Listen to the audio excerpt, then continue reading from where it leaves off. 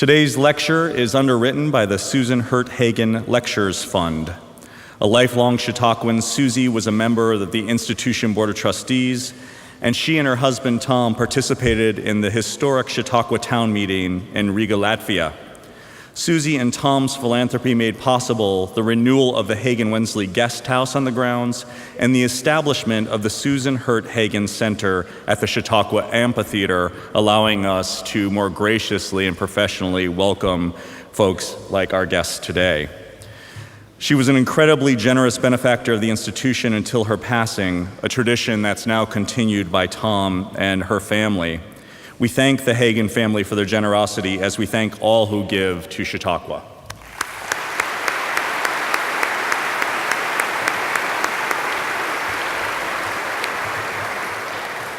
This morning, we conclude our week with a conversation by Marty Baron and Eric Newton. Mr. Baron is the executive editor of the Washington Post, a position he has held since 2013. Throughout his time at the Post, the paper has won numerous awards for its coverage, including 5 Pulitzer Prizes. Prior to joining the Post, Mr. Baron was editor of the Boston Globe for 11 years. Under his leadership, the Globe won 6 Pulitzer Prizes, including one for public service in 2003 for the paper's investigation into a pattern of concealing clergy sex abuse in the Catholic Church.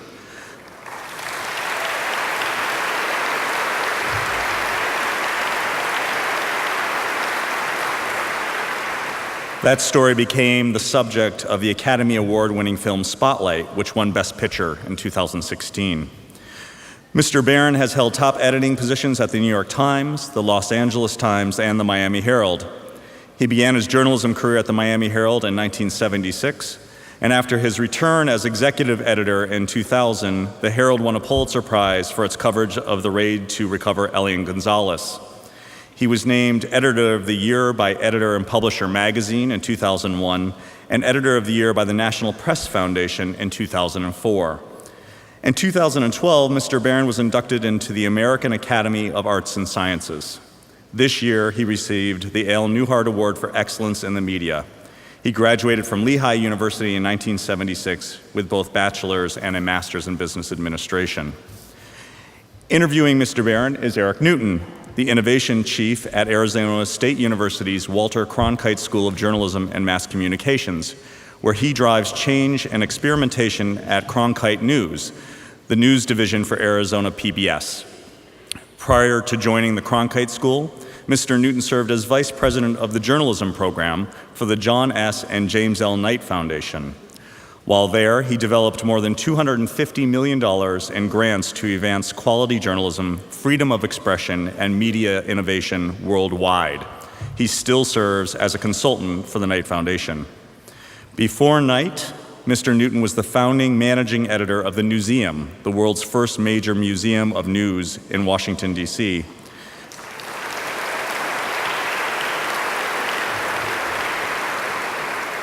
Mr. Newton started his career at California newspapers, and as managing editor of the Oakland Tribune, he helped guide the paper to numerous awards, including a Pulitzer Prize. Among many awards, Mr. Newton shared a Peabody Award for Link TV's nightly news program, Mosaic, World News from the Middle East, and has run the Reddick Award at the University of Texas for service to the field of communications. He received his bachelor's degree from San Francisco State University and earned a master's degree from the University of Birmingham in England. Mr. Newton is joined at Chautauqua by his wife, Marianne Hogan. Please join me in welcoming Marty Baron and Eric Newton to the Chautauqua platform.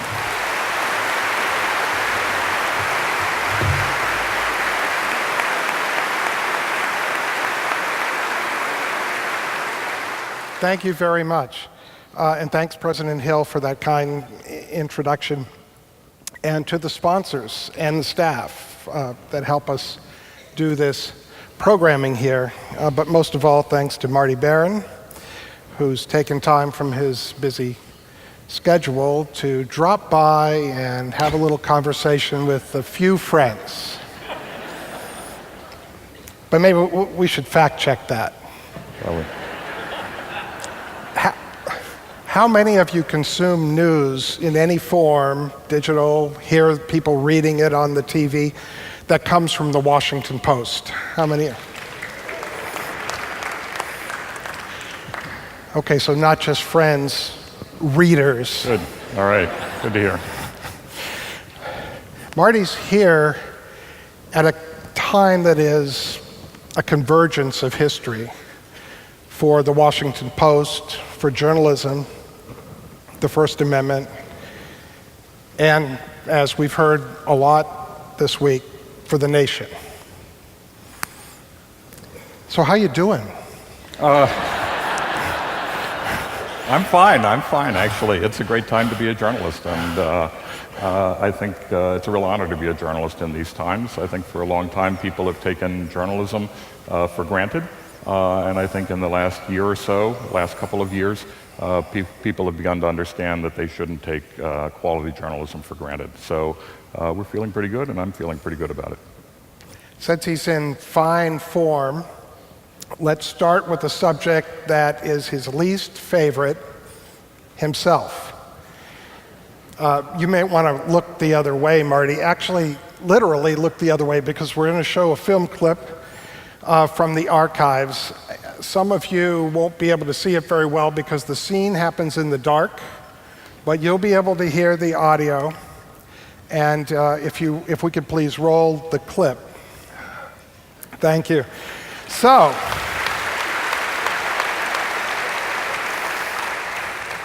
Marty, that was 40 years ago, 1976. You had just graduated from college, and were trying to figure out how or when or where you would get into journalism.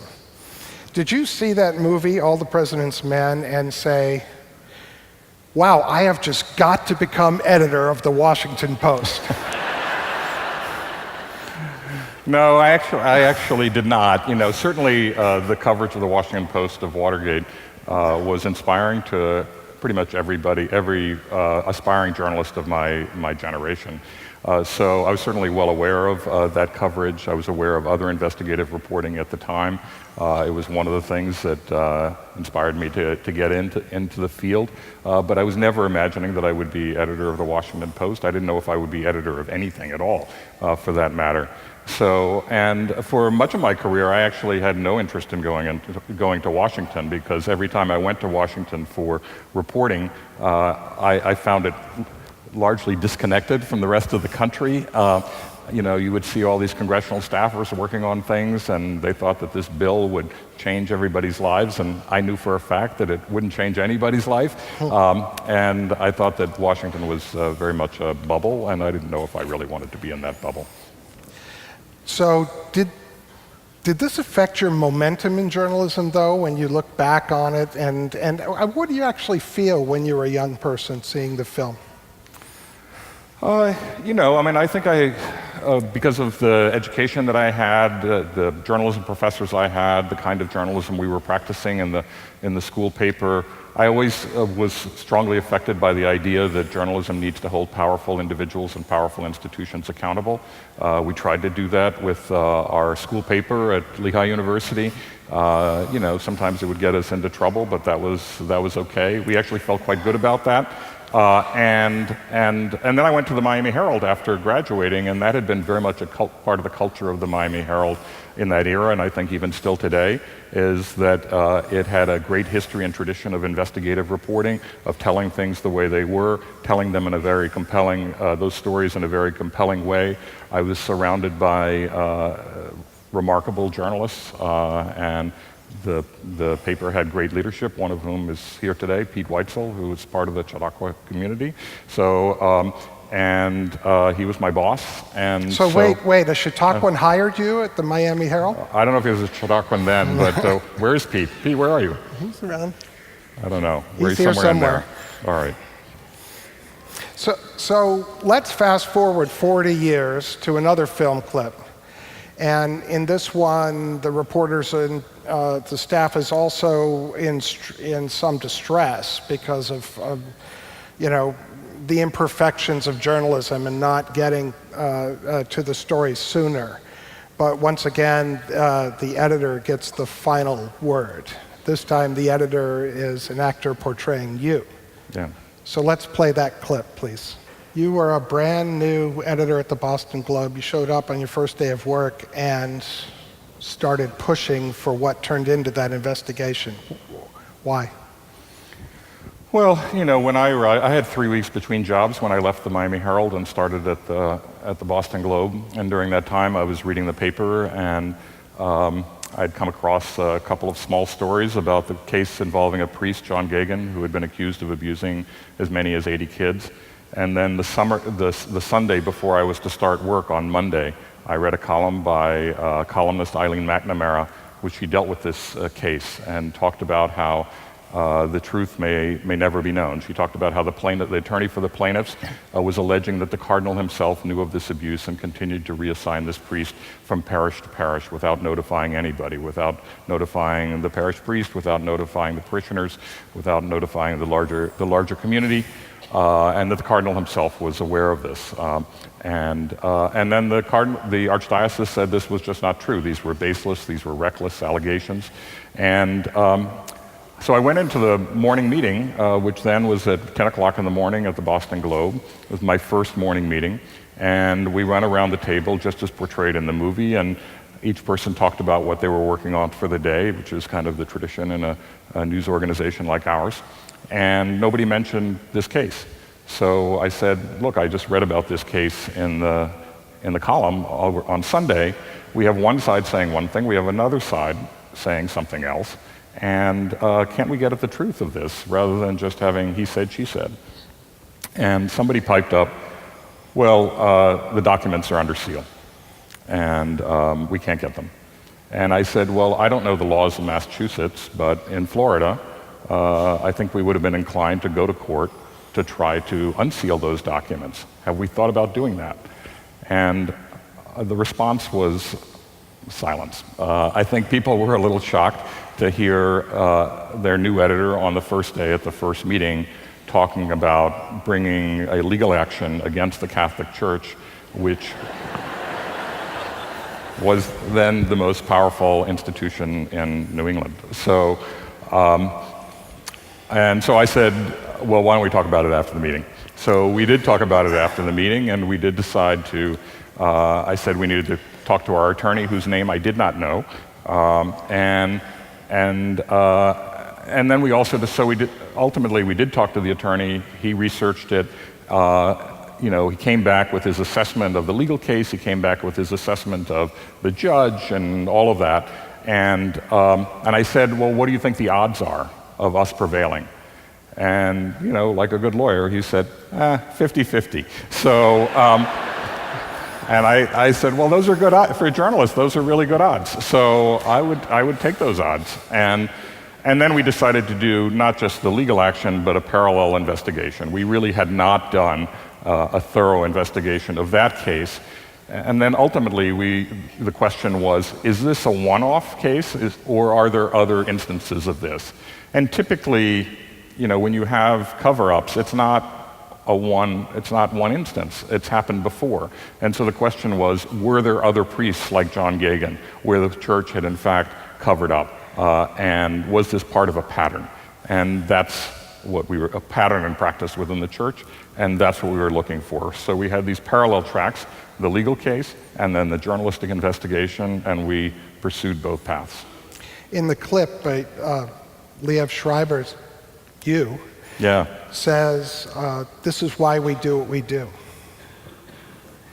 Tell us obviously you don't mean pedophile priests are what we do, but tell us what the elements of or maybe you do. Tell us what the elements of this kind of journalism are and why it's at the core of great journalism. Right. Well, we're not excluding pedophile priests, but it's not the sole purpose here. I mean, the purpose is to find out what the truth is, to find out what's really going on, particularly when it involves wrongdoing. I think that we in the press have a special obligation to uncover wrongdoing and to publish it. I've been asked many times since this investigation, and particularly since the movie came out, well, weren't you concerned about going up against an institution as powerful as the church? And my answer is that if you don't do it with the powerful institutions, what is the point? Are we going to do it with the weaker institutions and the weaker individuals when they commit wrongdoing? Or do we do it with the powerful individuals and the powerful institutions? We have to do it with the powerful individuals and powerful institutions. They're the ones who have the greatest impact on society at large. And we have an absolute obligation to expose wrongdoing when we become aware of it. Your char-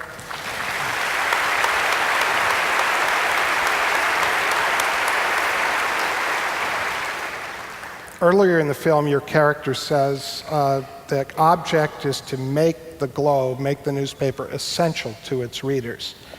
Aside from this story, what other kinds of things were you thinking of? I didn't have anything specific in mind because, as was made clear in that movie, I was new to Boston. I was an outsider. I didn't know Boston at all. I mean, somebody had asked me when I arrived, have you been to Boston before? And I said, yes, I've been here a number of times. And thankfully, they didn't ask a follow-up question and ask me what that number was, because it was 2. And one, I was on the way to the Cape, and the other one, I was interviewing somebody in Boston for a day, and I left in the evening. So I didn't really know Boston very well, and I'm very grateful that that particular reporter did not ask the follow-up question. I didn't know what it was, but the Globe has done that in many instances. We disclosed corruption in the patronage system. We disclosed how the most powerful medical institution in the state was really behind sort of the higher costs within the state. We did a whole range of things, and they've done it since I left. They did a whole big series on abuse cases more recently in prep schools, which is now a big issue. So they've done a lot of great work since I left, and actually before I got there as well. So stories no one else can do might be one of the elements. Stories that no one else will do, for sure. This was a story that people weren't touching. There had been pieces written about abuse by priests, but what I think we were able to do here is that we were able to, very importantly, actually obtain the internal documents of the church, so that it didn't look like we were anti-Catholic. We weren't doing it. We weren't exaggerating anything. We weren't sensationalizing anything. We could show with the actual internal communications of the church that they knew of this abuse, that they covered up the abuse, that they reassigned the priests, that they knew that they were continuing to abuse, and we saw their communications with families, which were essentially like form letters that they would write, saying that they would take this priest out of ministry, and in fact, instead of that, they recycled the priest into ministry, but just in a different territory, it was telling, and you could see sort of the cover-up at work and how it works. And so I think that's what made the difference here. Let's shift gears and talk about the Washington Post. Mm-hmm. This year, for the first time, there's a motto on the front page under the nameplate. Do any of you know the motto of the Post? Wow, that's great. That's fantastic. Great. So, I love that. Marty, why that motto at this time? Why have that motto at this time? Why now? Why this motto? Well, we were acquired about 4 years ago by Jeff Bezos, the founder of Amazon, and he felt that, like some other news organizations, we should try to articulate our mission everywhere we publish. And he feels very strongly that our mission is actually to make democracy work the way that it's supposed to work, that we're supposed to shine a light in dark corners. He too grew up in the time of Watergate. He recalls sitting there with his grandfather watching some of the Watergate hearings. That informed his view of the important role and essential role of journalism. And he felt that given our location in Washington, given the history and tradition of the Washington Post, that we really needed to articulate what our mission was. It was a process that began well before Donald Trump even seemed likely that he would win the presidency. It was a more than year-long process before we came up with that. We came up with hundreds of different options And then finally we just settled on one. And you know, it's been pretty popular, I have to say, certainly with a certain segment of the population. There's another segment of the population that doesn't like it so much, but I still think that our view is to make sure that democracy functions the way that it's supposed to. Our job is to shine light in dark corners, and democracy does in fact die in darkness, and our job is to bring some light to that process.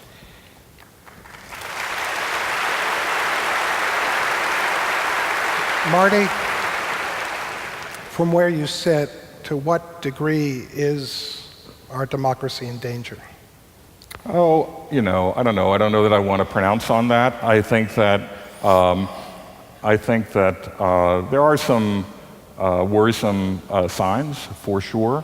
Most personal to me and my profession are the constant threats against the press. I think threats to a free press. This began during Donald Trump's campaign, of course, where he had every conceivable nasty thing to say about us, that we were garbage, that we were scum, that we were the lowest form of humanity. And then that wasn't enough, so he said we were the lowest form of life itself. And then when he became president, that wasn't enough either, because then he called us enemy of the people. He has said immediately after his inauguration, he went to the CIA, and in his remarks he said, "Many of you know I have a war with the press and with the media." And I've said, look, we're not at war with the administration. We're at work.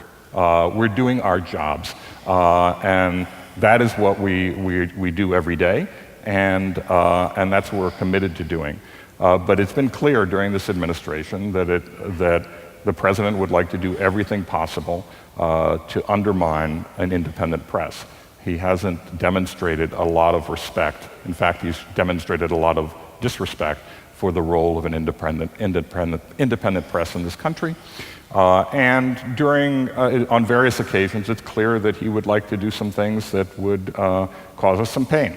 So it's been reported by us and by the New York Times, and I think some others, that during his conversations with the former FBI director, James Comey, that he said that he wanted to see more leak investigations. He'd like to see some journalists go to jail. And now we do have the Justice Department and the Attorney General have announced a lot of leak investigations, 3 times as many leak investigations as took place in the prior administration, which was more than the even prior administration. And we'll have to see what they endeavor to do. So I think it's pretty clear that this president is engaged in an effort to try to intimidate the press, and maybe even do more than intimidate the press. And we're on a progression of, it begins with condemnation and then moves to intimidation, and maybe there's incarceration, and at some point you reach the elimination of an actual free press in the country. And I think we have to be very careful about where we are on that trajectory. How do you protect your reporters in this kind of situation? Obviously, you don't want them to go to jail, but that's true. Refusing to reveal an anonymous source in a big case can get you there. Right. Well, look, we protect our sources, and we have good sources. The president likes to say we don't have any sources, but then he launches leak investigations. So I don't know, if you don't have any sources, what are you investigating? Somehow it doesn't make any sense to me. It's kind of head spinning, but and then we've just seen in the last couple of weeks, Scaramucci was calling the press and saying things about his colleagues, and then the other day Bannon was calling the press and saying things about his colleagues. So amazingly, there are people in the administration who talk. So I think that obviously we do everything possible to protect our sources. We do everything possible to protect our journalists as well. Unfortunately, during the campaign and subsequent to the campaign, we've had actual threats to reporters that have been very concerning. There's sort of a scale of threats, some more serious than others. And we've had to have extra security of one type or another. And it's unfortunate that we're operating in an environment like that today. but that's the way it is. Your newspaper won a Pulitzer Gold Medal for public service, revealing Edward Snowden's leak, I suppose you could say, revelations about massive NSA data collection. Do you think your reporters are under surveillance right now? Well, that's a good question. Do I think they're under? I don't know. I'm not going to pass judgment on whether they're under surveillance or not. Well, it happened. What do you think? It happened under the Obama administration to the Associated Press. There was data collection there. Look, I think we're aware of that. That could be a possibility that they would be under some sort of surveillance. So, yes. Do your people use encrypted communication? Yes. How can you be absolutely sure when you're talking to sources that no one will, you could maintain privacy? Are you sort of going back in time somehow to the garage where Woodward and Deep Throat were? Well, I think now, look, I'm not going to go into all the detail with you, Eric, but come on. Why would I do that? But more and more people are having personal conversations and not communicating digitally. If you write somebody a letter, it's a lot more safe than if you send them an email. The email can be widely shared with millions of people in a second. It can be hacked, all of that. So it's very important that our communication be as confidential as we can possibly make it. And frequently the best way to communicate with somebody is actually in person, without anybody else being around. So, So here's the thing. When the president was elected and before he took office, many in the media said, we're going to be fair, we're going to cover this president like any other. You may have said that. Many people said that. Mm-hmm. Can you cover this president like any other president? In some sense, yes, but he isn't like any other president that I'm aware of. So, and he would say, I think he would probably say that himself, actually, proudly so. So, he's different in so many different ways. But I think, look, our responsibility, anybody who aspires to hold the top position in the most powerful country on earth deserves to be scrutinized regularly. There's nobody more powerful in the world than the President of the United States. So the role of the press is to hold that person to account, as we would a Democrat who were holding that position as well, and or an independent, or whoever it might be. And so that's what we endeavor to do. And so if he's not telling the truth about something, we should say he's not telling the truth. If he's engaged in certain activities that are concerning, then we should write about those things. We're not a propaganda arm of the administration. He, I think, would like us to be a propaganda arm of the administration. He would like the entire press to be that, but that's just not going to happen, and nor should it happen. A larger question is,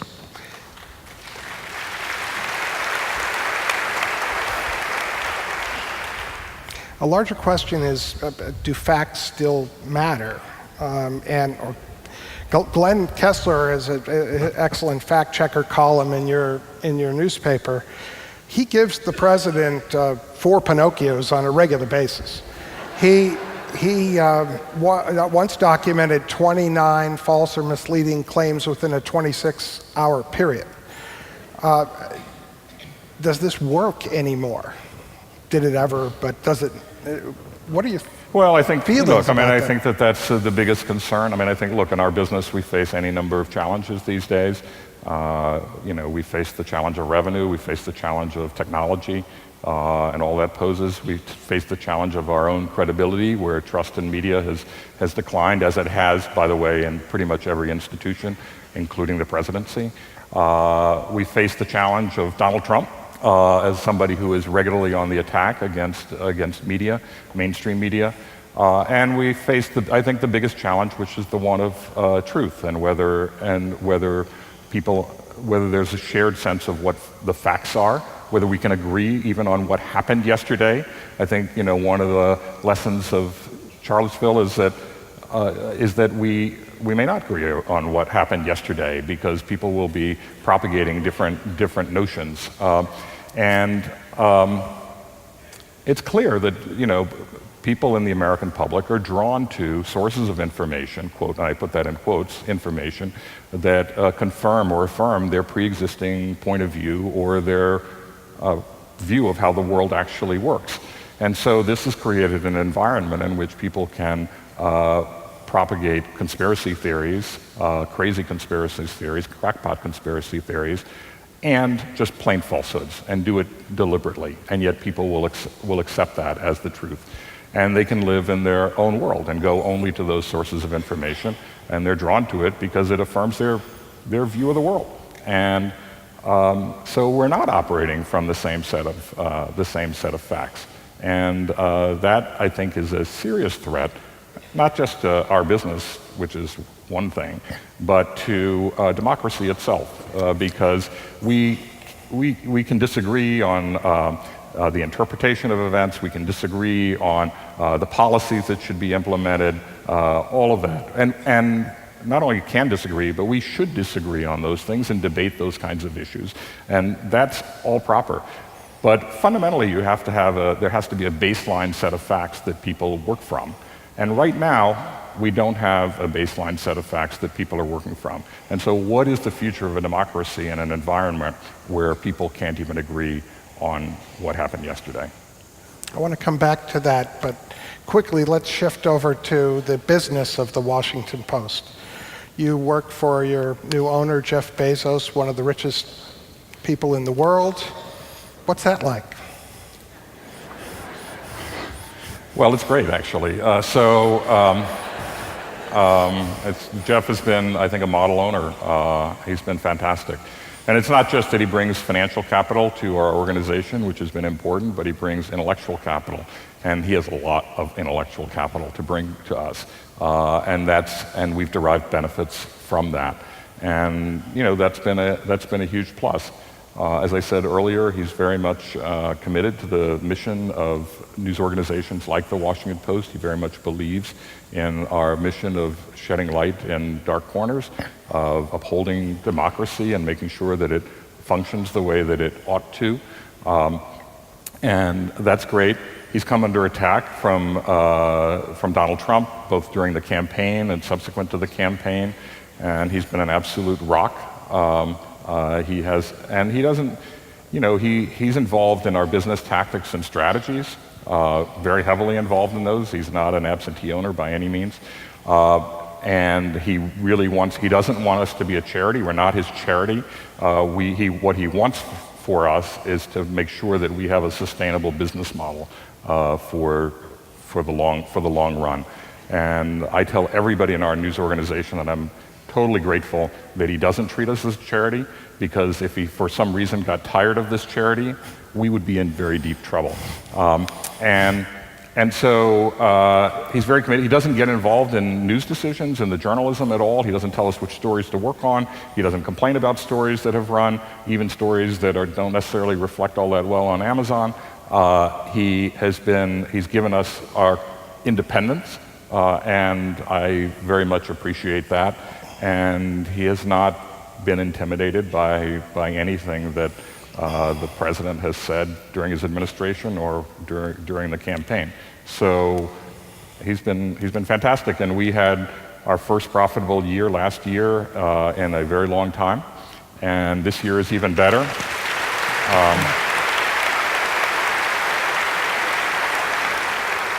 This year is far better, and I think we are developing that sustainable business model. We are becoming a news organization that can survive and thrive in what is today a digital environment where most people are getting their information from mobile device and through social media. And we experiment a lot, we innovate a lot, we try a lot of things. It's a really exciting time to be a journalist. Not because of because of the subjects that we're covering these days, but also because of the way that journalism is changing. once you talked about moving into the digital age of journalism, because you and I both have edited newspapers in the Stone Age before the internet, and I wasn't in the Stone Age. I don't know what you are. But. All right, we'll talk about that later. But what I'm getting at is your comment that it's like moving to a new house. And some things you have to keep, some things you have to let go of, and some things you have to acquire. So what has that turned out to be at the Post? What do you keep, what do you let go of, and what are you Yeah, I mean, I've acquiring? used that metaphor of that our industry, we have to think of ourselves as if we're moving to a new house in a very new location. And when you move, and I've done that fairly frequently, is that you have to decide what to leave behind, what to throw away, what to take with you, and then when you get to the new place, what new things do you have to acquire? So, look, I mean, I think we have to dispose of the idea that, first of all, that we're all about print. I mean, we're not all about print anymore.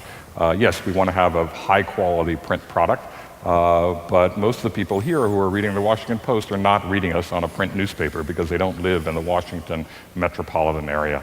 They're reading us online, maybe reading us on a phone or a tablet or on a laptop or a desktop or whatever it might be, seeing us in social media like Facebook or Twitter or on search through Google or whatever it might be. So that's how we're getting to most people. So we really have to dispose of the print mentality for sure. What do we acquire? We acquire new skills, how to tell stories in new ways. When you interact with a mobile device, a phone, and you're reading your news, it's very different from when you're in the morning opening up your newspaper over a cup of coffee. You're reading it all the time, you're reading it on the run, sometimes you're reading it as you're walking, you're reading it in the grocery line, things like that. And so your relationship with the news is very different. That requires us to do things. It requires us to certainly not just provide news 24/7, but it requires us to provide news immediately, like in an instant, and it requires us to, I think, have a much more conversational tone in our writing with our readers. And we need to learn new skills like video and audio. We need to learn how to publish on different platforms. Right now, for example, I mean, one thing that we're focusing on are not just podcasts, but voice-activated devices like the Amazon Echo or Google Home or something like that. And Apple is coming out with a product as well where you don't even get on the internet. You just talk to the device and you say what you want and it delivers information. Now, how do we thrive in that kind of environment? So we have to learn all those new skills, and it's changing all the time. 2 years ago, we weren't talking about Snapchat. Now we do talk about Snapchat. 2 years ago, we weren't talking about the Amazon Echo. Now we're talking about Amazon Echo. So it's changing constantly. Now, what do we keep from that we had before? It's our values. Those are our principles. The basic core mission that we talked about earlier. Those never go away. We have to find the way to make sure that with the new ways that we're telling stories, with the new platforms that we're on, that we're staying true to those principles and those values. And I think that we have done that. Marty, online, the Post has surged to, the last figure I saw was 80 million unique visitors. And the Times, you at one point passed the Times, but now the Times has passed you back. I was interested in a Senate leak report talking about all these stories that have been written from leaks, and the Post wrote 33, but the Times only wrote 32, so congratulations. Are you in a newspaper war with the New York Times?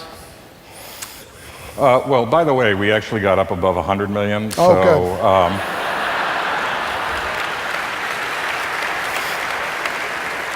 That was during the peak of the election. We've since fallen down, and you're right that at this moment the New York Times is ahead of us, but there are many months to come. So, so now no you're asked, competition. are we in a newspaper war?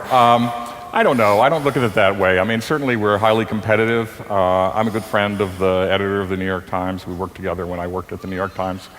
I view it as, all of us are just trying to find out the facts. We're trying to get the stories. We're trying to dig as much as possible. We do believe in our mission of holding government and politicians and policymakers accountable, regardless of their ideology. And so we're working really hard at doing that. We're highly competitive with the New York Times and other news organizations, by the way. It's not just the New York Times, but certainly on the stories that have emerged largely from this administration, we have been sort of the two pretty much leaders in that coverage. So I don't know if it's a war. I'll leave it to, people have described it as such, but I don't know. You're not at war, you're at work. Well, yeah, we're right, exactly. We're not at war, we're at work. I like that. So you're also in an unusual situation with your current owner. You have started making money. Across the United States, there are many daily newspapers, almost every other daily newspaper, not in the same situation. We've lost 20,000 local newspaper newsroom jobs in the last 10 years. We'll never know what those journalists would have written. Do you think that the techniques and the tools that you're developing at the Post can help beyond your newsroom? Are you going to show us a new business model for journalism? Well, I think we're coming up with a new business model for journalism, but it may not be applicable exactly to every single news organization out there, to every news organization that has a traditional newspaper heritage.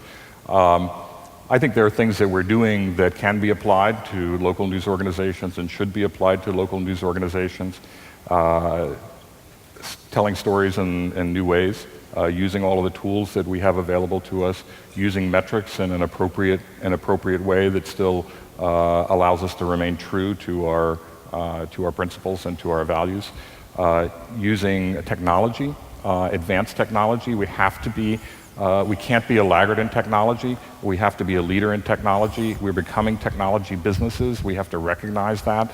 And if we're not a leader, we're just going to lose. It's as simple as that.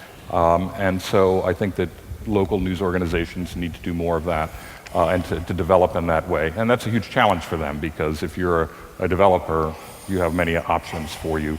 And you have to decide that because of the mission, you want to go to a news organization. And it costs money.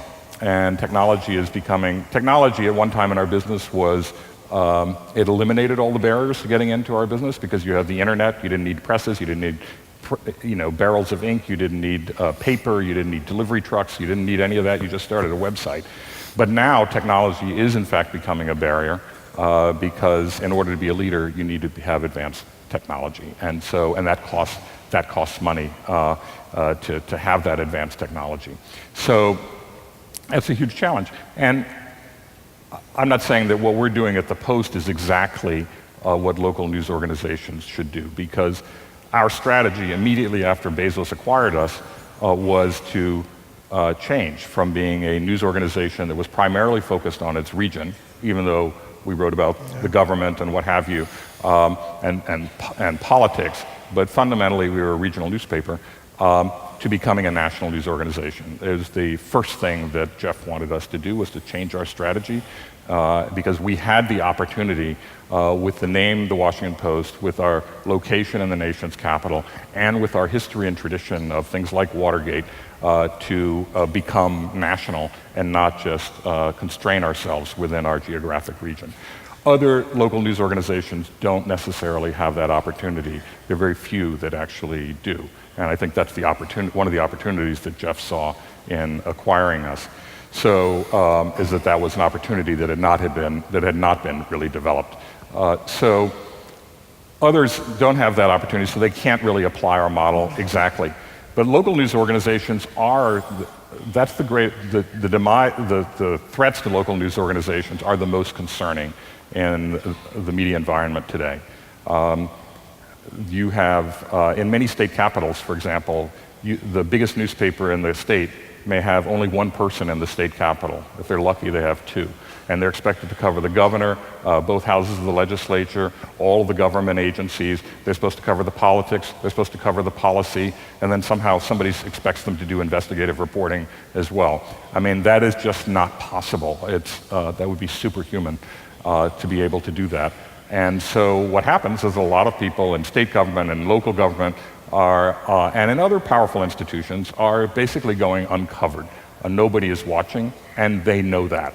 And I think that is really concerning. Those are the stories you talked about, the stories that were never published. And so I really encourage everybody to support their local news organizations, their local, I don't use the word newspapers so much anymore, but their local news organizations, and they need the support. They won't be there if people don't support them. There won't be any quality journalism if people don't support it.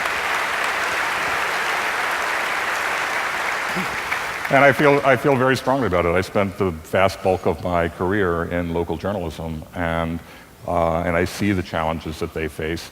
And those are, in many ways, they're greater than the ones that we face at the Washington Post.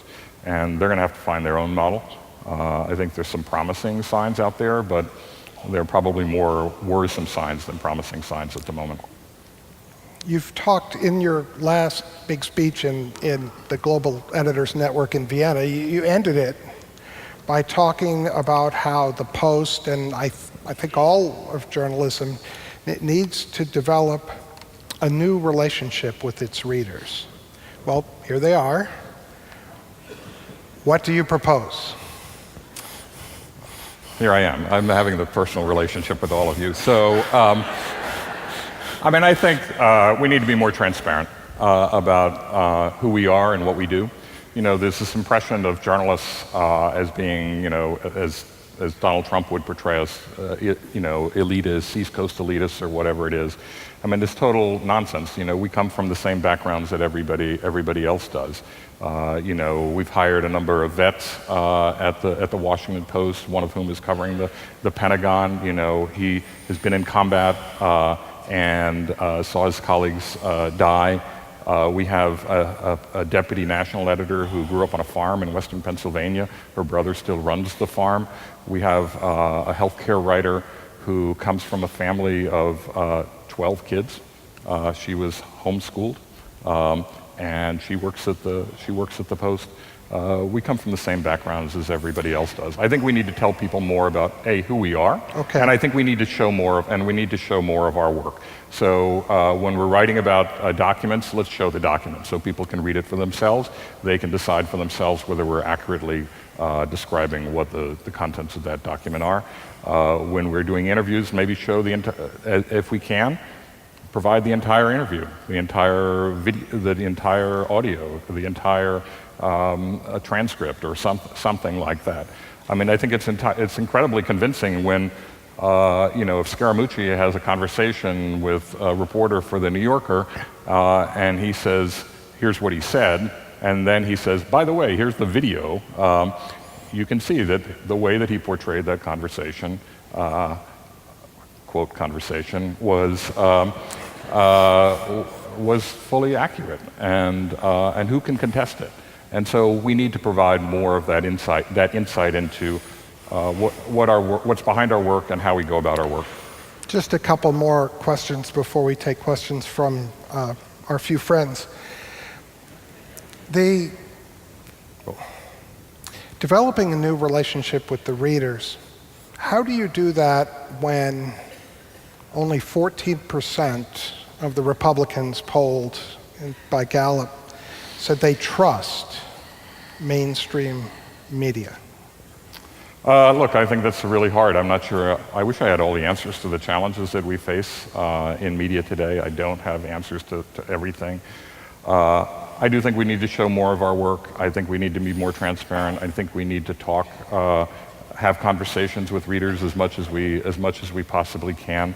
But instinctively, there's a certain segment of the population that will simply reject us as a source of information, and that's what's happened. We've become a very we're a polarized society, and all the studies show that we're highly polarized in our consumption of media as well. So I don't know. I mean, I take the long view on this. I mean, you know, you showed the clip from All the President's Men, and we talked about the time of Watergate. You should look at the public's opinion of the press during the Watergate investigation. It was pretty low too, really low. And there were many people who felt that the press's investigation of President Nixon was wholly unjustified, totally politically motivated, that there was no merit to that investigation, that it was sensationalized and exaggerated. And ultimately, they discovered that, in fact, there was a lot of merit to that investigation. And the approval ratings for the press subsequent to Richard Nixon's resignation rose sharply to what were then record levels. And still, if you look back in 1976, it turns out to be a high point relative to today. So are you saying in a few years we'll... Well, I don't know. I mean, I'm not necessarily making a comparison between the investigations of today and Watergate, but I'm saying that you can't just look at the moment. You have to look over the long run. And I'm willing to be patient. I have great confidence in the kind of work that we do and that the journalists for other respected news organizations do. And you know, talk to me in 5 years. Last question for me. Here you have readers, a few thousand, and suppose they came to you and said, we want to be ambassadors for quality journalism. We want to be what? Ambassadors. I see. Ambassadors for quality journalism. What's the one thing you would, the one point you would hope they would make to their friends, colleagues? You mean other than subscribe? Yeah. I see.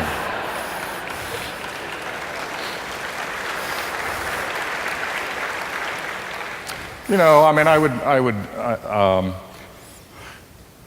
one thing I've been asked on any number of occasions, like, well, and again this morning on this radio program here, like, how do you know which sources of information to trust?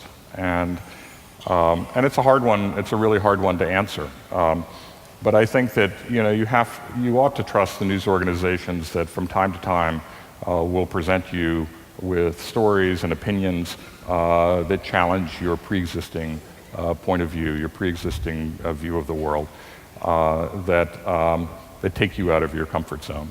And we have opinion writers across the scale in the Washington Post. Some who are supporters of Donald Trump, some who are not supporters. We have people on the left. We have people on the right. We're willing to produce stories, publish stories that Democrats don't like. I can tell you that the Hillary Clinton campaign was not always happy with us by any means. The Bernie Sanders campaign was definitely not happy with us on various occasions. But we did the journalism that we felt was right in pursuit of the mission that we talked about earlier. And I think that we have to show independence. Are we demonstrating independence? And if you're looking at if you're reading information, or you're reading a news source, a so-called news source, that all the time only gives you things that affirm your pre-existing point of view, that is not a news organization that typically is trying to give you an honest view of the world, doing an honorable job. It's one that's trying to pander to you. And I think you have to be careful about just going to news organizations that try to pander to you. And then as we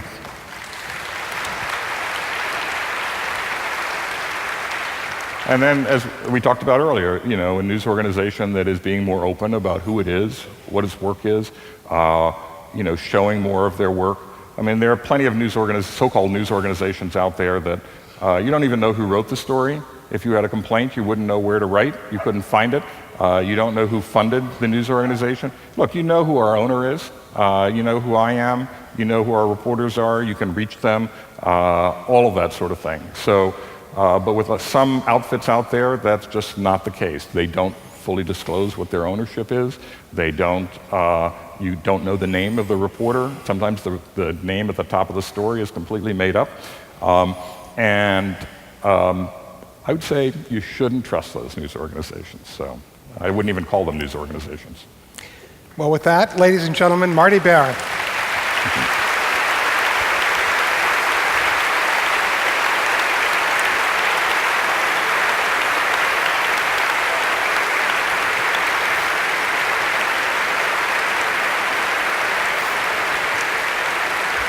What a wonderful conversation to cap off this week. We'll continue that conversation now with you and asking the questions. You can also participate online via Twitter using the hashtag CHQ2017. And you know it's a good conversation when you have people already in the audience chasing our ushers to get questions to you. So I'll start while we collect and curate those questions with a question that either of you could answer, because you both work in journalism innovation.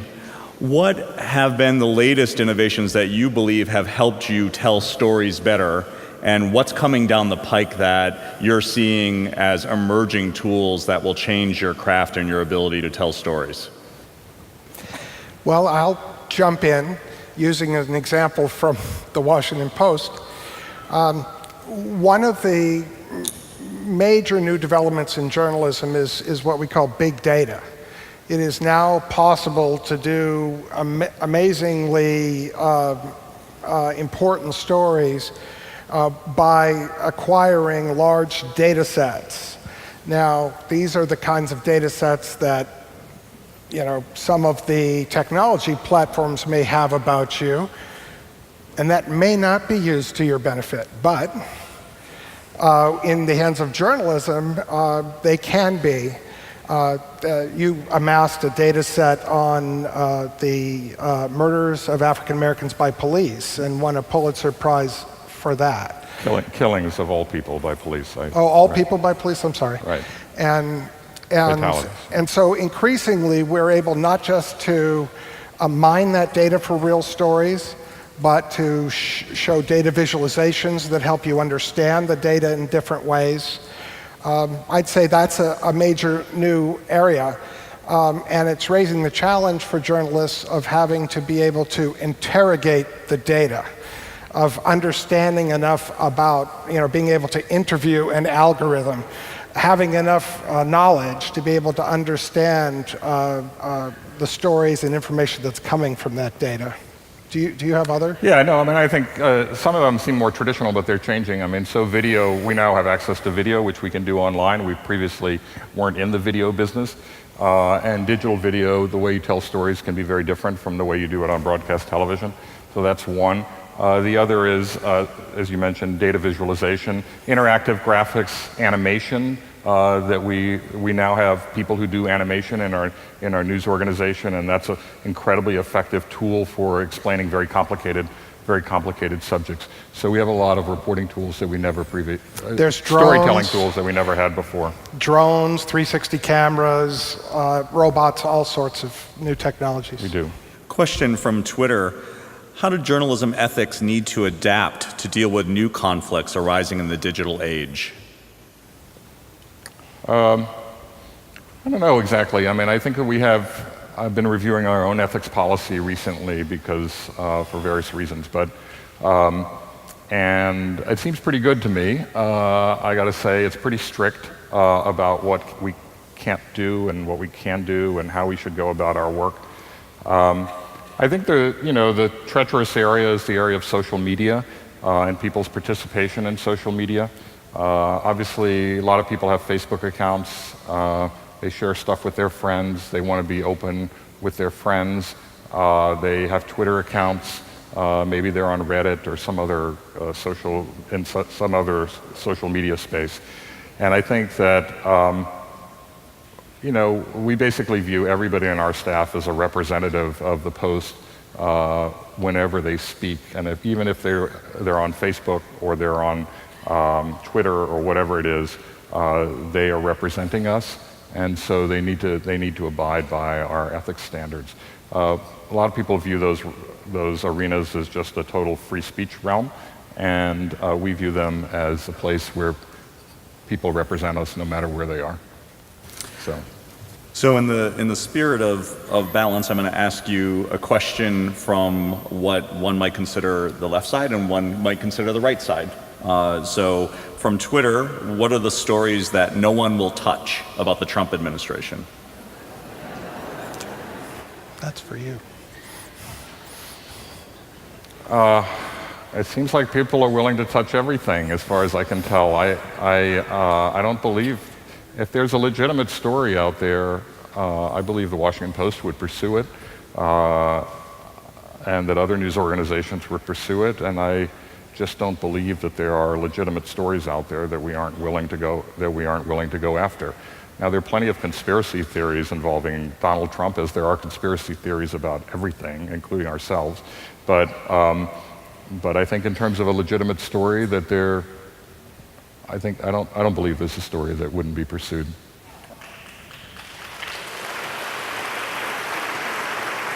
And then this questioner says, you take pride in the Watergate investigation. Their perception is that the Post and others ignored the Obama administration's use of the IRS, Justice Department, and FBI to shut down conservative groups. How do you parse the two?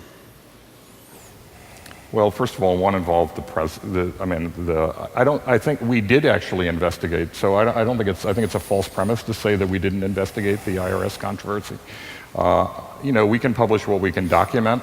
I don't think that, I think we went as far as we can document in the IRS investigation.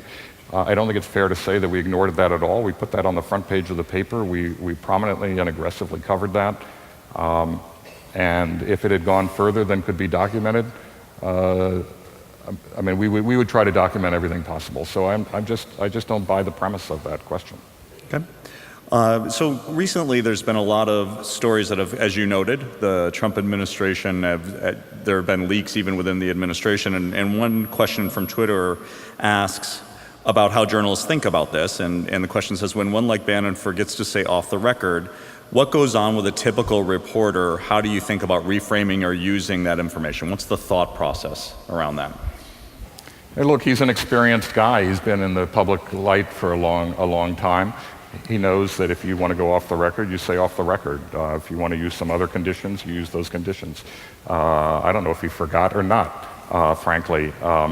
He doesn't seem like the forgetful kind of guy to me. But so he seems like a very sort of thoughtful and deliberate and strategic guy. So I'm not going to judge whether he forgot or not. But if he didn't say I'm going off the record, then he's not off the record. He's talking to a reporter. So there's not a lot of thought that needs to be given to that. Yeah. Marty, let me interrupt. Do we use too many anonymous sources? I think it's impossible to talk about that in the abstract. Look, when we're dealing with our coverage of the administration, it's pretty clear that if somebody has information that they wish to provide us that the administration doesn't want to have out in the public, they can't go public. It's just impossible. So we do have to use anonymous sources in that instance. And I don't think rigorously sticking to the idea that everybody needs to be identified is going to work. It's just not. The information will not get out. We have to make sure that the information is correct. That's what we need to make sure. We need to make sure that the sources have direct knowledge of the things that we're writing about. We need to do extra verification on that as well, not just rely on one person, but check with other people as well. So I think if the information is solid, we're fine. And when you're dealing with, for example, intelligence matters, national security matters, or just matters that the administration finds embarrassing, you're just not going to get people to go on the record. And it's as simple as that. And so, that's unfortunate, but that's reality. And so I think we try to be circumspect in using that. We try to press people to go on the record. But with some things, it's just not possible to do so. And so I think the important thing is that the information itself be solid. And by the way, the president who says when you see an anonymous source, that means they don't have any sources, that's just preposterous. I mean, as I said before, why is he conducting all these leak investigations if we don't have any sources? What's to investigate? By his theory, we would have just made it all up. And as it turns out, you take, for example, in the Flynn case, we did the story that showed that he had these conversations with the Russians that he did not disclose, that he didn't disclose it to the American public. He didn't even disclose it to the vice president. We reported that story. It led very quickly to the dismissal of General Flynn as National Security Advisor. And then, the president gave a speech, and we had 9 sources for that story. And so then subsequent to that, the president says, you see these news organizations, they say they have 9 sources.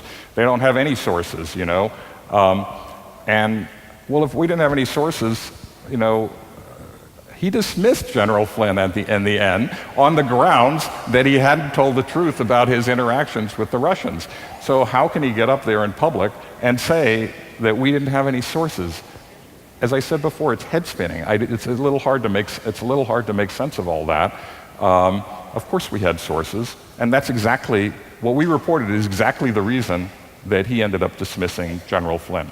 And then he goes and says the press treated General Flynn very unfairly. I don't know. Sometimes some things you just can't make sense of in life. So, question, can you comment on the influence of dark money on traditional journalism? Well, there's no influence on traditional journalism because with the mainstream news organizations, our ownership is fully known. There are new news organizations, so-called news organizations out there that are funded in ways that can be quite mysterious and hard to penetrate and hard to uncover. And I think that that's concerning. And there are some efforts within the media world that would require people to be fully forthcoming about what their ownership structure is if they want to do well in social media, for example. And I would endorse that effort.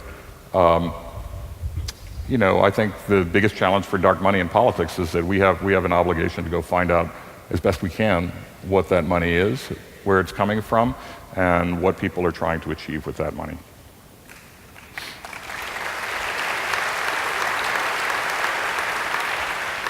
And last question, we'll certainly share all of these questions with you after this morning's lecture. What is your prediction on the future of journalism? How will it continue to change, and what are you keeping your eye on as you pursue the truth?